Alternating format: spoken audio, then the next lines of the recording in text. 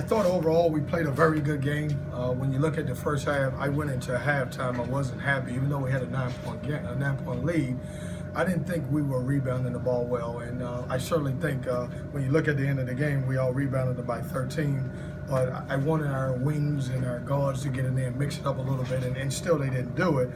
That being said, I thought our tempo was great. We got out, we made some easy baskets. I think our pressure bothered those guys a little bit. Not so much that they turned it over as much, but I think we wore them down. And in the second half, we want to do a great job of taking the ball out of Clemens' hands. And when we did, I felt like they struggled a little bit.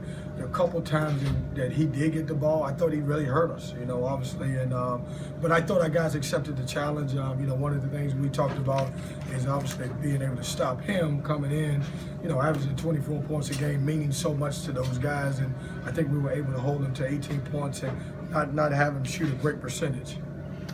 Both players alluded to your halftime speech. What did you tell them that you can repeat to us?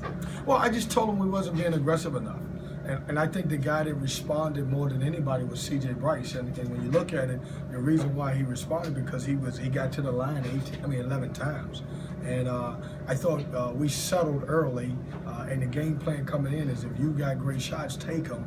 But we settled for jump shots instead of driving them. And kind of similar to what we did at St. Bonaventure. And then in the second half, we got paint touches. And when you look at it, we scored 50 points in the paint, and most of that came in the second half.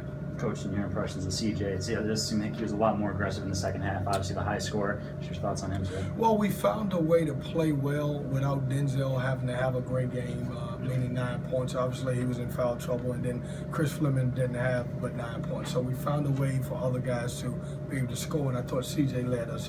When you look at the two sophomores with CJ and obviously Devontae Keatts, they were the big scorers for the night, and that's a great thing about this team. And I've told everybody this entire year that on any given night somebody could lead us, and obviously tonight it was C.J. Bryce. They got back to within 3 or 4 there early in the second half, and then you just kind of went off on that run. Was it just a matter of getting the tempo going, or was there something else that was different that led that run to happen? No, I mean you're playing a good basketball team on their floor, and obviously basketball's a game of runs, and they made a run, they made some plays. Whitfield, I thought he hurt us because he was able to get to the free throw line. He drove it, and obviously we fouled him and put him on the line. But it's when you're playing on the road and you got a team at home, then certainly you don't expect those guys to lay down, and they didn't. How much of a luxury is it to have guys that have a lot of experience, not just on the road, but also in big NCAA tournament situations? So when you're in that situation where a team is coming back, they don't get rattled. Well, it's great. I said this at the beginning of the year. We've got a great mixture. We got some old veterans that played in the NCAA, won a couple championships, and then we got some young guys. We got some guys that have never played in the uniform before, and we could be a really, really good basketball team once all of those guys get on the same page. And I think we're coming. When you look at it, I'm happy to see the stat sheet. Not that Chris and Denzel, I'm happy to see the way they score, but I'm happy to see that we don't have to rely on those guys to score all of the points. You mentioned to the kids afterwards that this was the first time you'd won in this building, that UNCW had won in this building. How big a deal is that? Well, I didn't know that. Of course, Joe Brown and the guy is going to let me know that part. And it's a little tricky. And I say that because when I first heard it, I said, wow, that's great. Understanding it's a new building. And we've only played in here twice.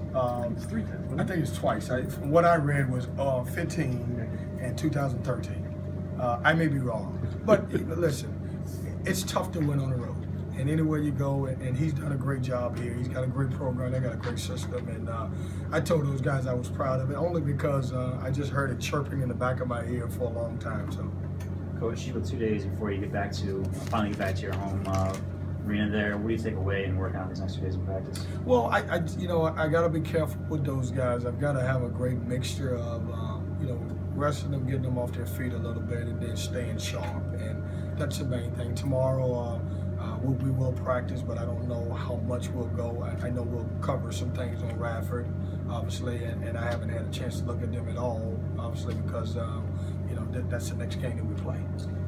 These middle of December games, coming off road trips, end of exams, middle of exam. Do you ever worry about energy level at this point of year, or is that not really a worry? Well, I think I don't worry about it because I think we've got the program to the point where we don't have to coach effort. And, I'm not going to, tell you that we're going to always shoot the ball well, and I'm not going to tell you that we're going to play great basketball. But I will tell you that we're going to play hard. Our guys understand the system that we have, and we play hard, and the effort's great. So, do I worry about the ball going in the hole? Absolutely. A lot of stuff is going on. You got exams. You can overthink a lot of things. But the one consistent thing is that we'll play hard. Kevin, did you kind of steal from St. Bonaventure's defensive plan on Clemens in the second half? It looked like you guys kind of fanned him flat versus letting, Adams got the corner a little bit on you guys, but Clemens didn't after the first half. Did you guys readjust something on that? Well, what we did then, more than so much in the half court, we denied him the ball, kind of denied him, and we double teamed him in the back court.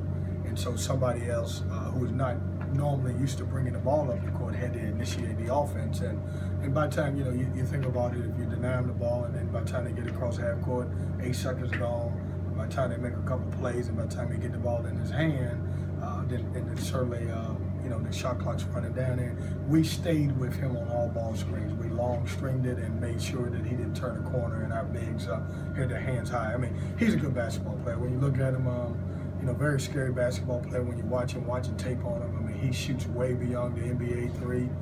He can get to the hole, and what makes him so tough is he can make his free throws.